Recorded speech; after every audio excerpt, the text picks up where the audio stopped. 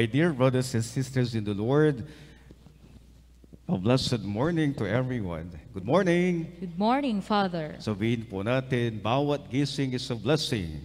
Bawat gising is a blessing. Bawat morning is a blessing. Bawat morning is a blessing. Sabihin po natin, pinagpala ako dahil nandito ka. Pinagpala ko dahil nandito ka. Palakpan po natin ang Panginoon. Lagi po natin sinasabi, your presence is a blessing. Amen? Kapag meron pong bumibisita po sa atin. Sa panahon ng pandemya, COVID-19 pandemic, ay marami pong bagay-bagay na napagtanto po natin. We have realized a lot of things. But I would like to share with you, there are 3 words, personally, in my own reflection, and also trying also to discern things and also to look at things in a more in the light of faith. COVID-19 has introduced to us this word change. Change. Binago po tayo ng COVID-19 sa larangan ng politika, sa larangan ng edukasyon, sa larangan ng relihiyon, sa larangan ng entertainment, sa larangan ng business, sa lahat ng aspeto, binago po tayo ng pandemya. Change. Second, the word adjustment. Lahat po tayo nag-a-adjust hanggang ngayon. We have to adjust. We have to be flexible. Kaya po, nakakahiya kapag we will not adjust, will not be flexible. Parang nakakaya if we impose things.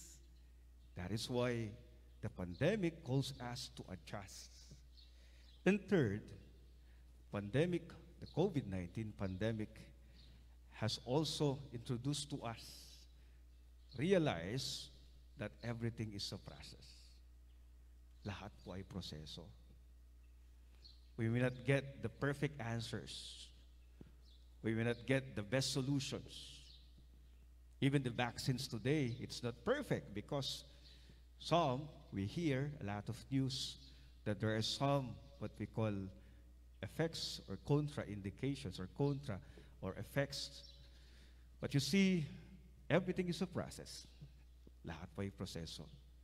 With this COVID-19 pandemic, with these 3 words, change, adjustment, and process. And in our gospel today, on the 6th day of our Misa Aguinaldo, would also somehow taking a different context.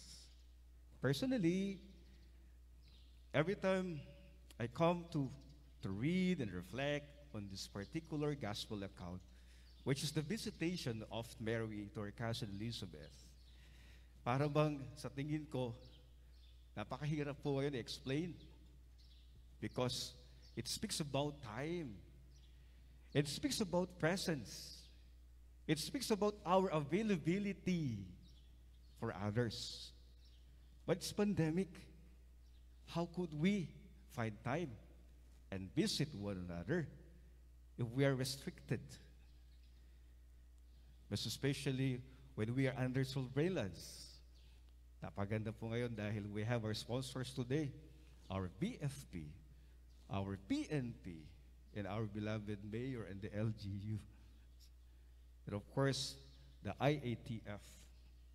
But you could just see that there is a great change and adjustment in which, alam po natin, na ito po yung para bang it changes our priorities, our values.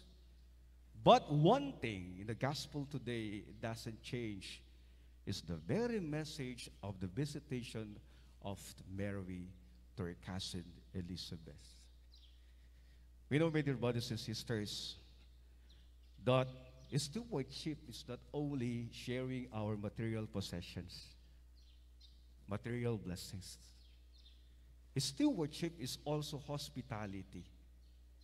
Stewardship is also finding time to visit one another.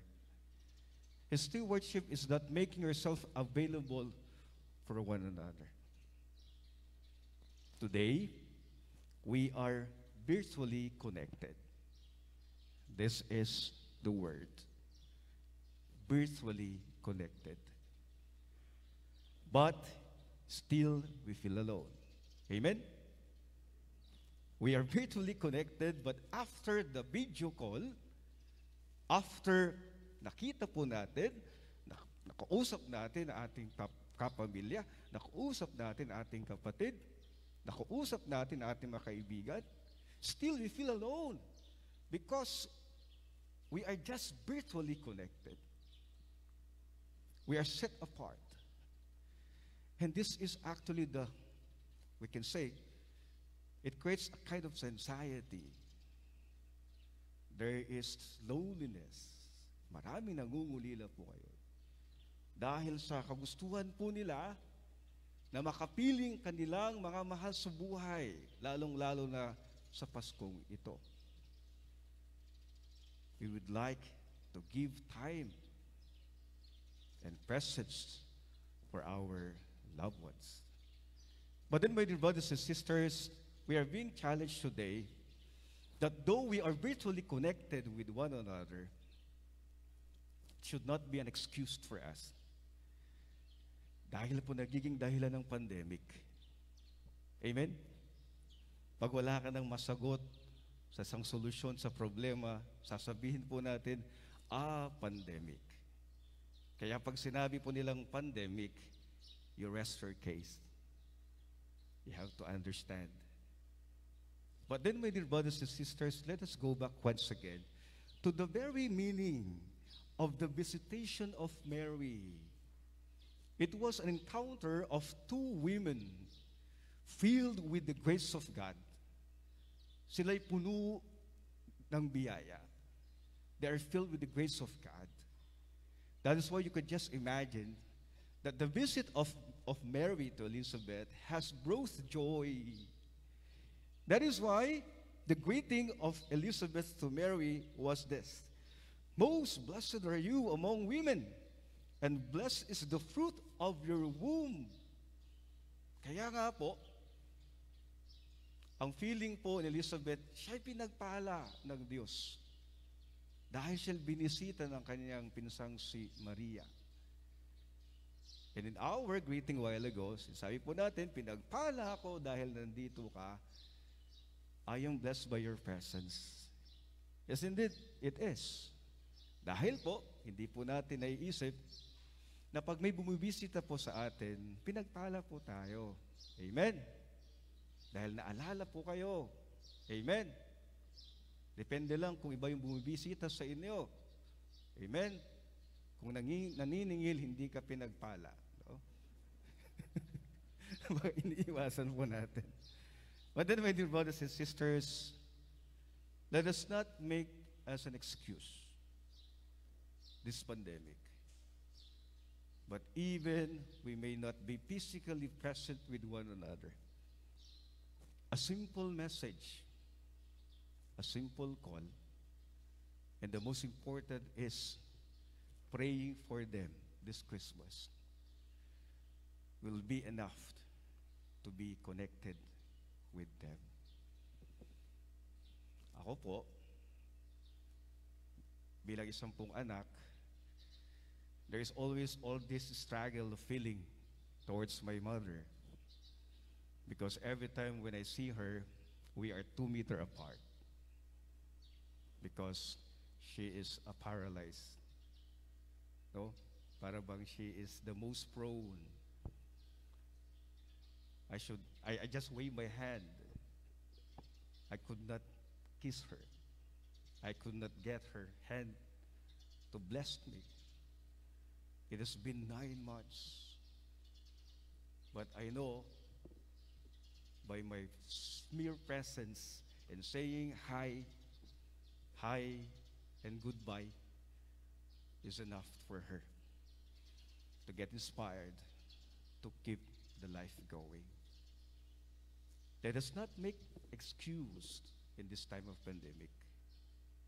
We can still give our time and presence and availability for others. Our act and words of kindness, our act of inspiration, especially today, napakarami pong gustong mapakinggan ang ating mga magandang payo.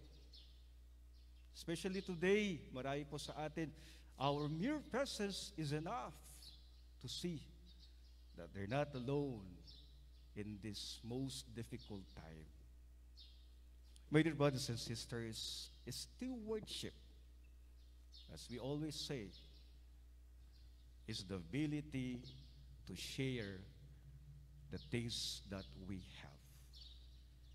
Just like Mary, who found time in visiting her cousin Elizabeth. It was an encounter of joy.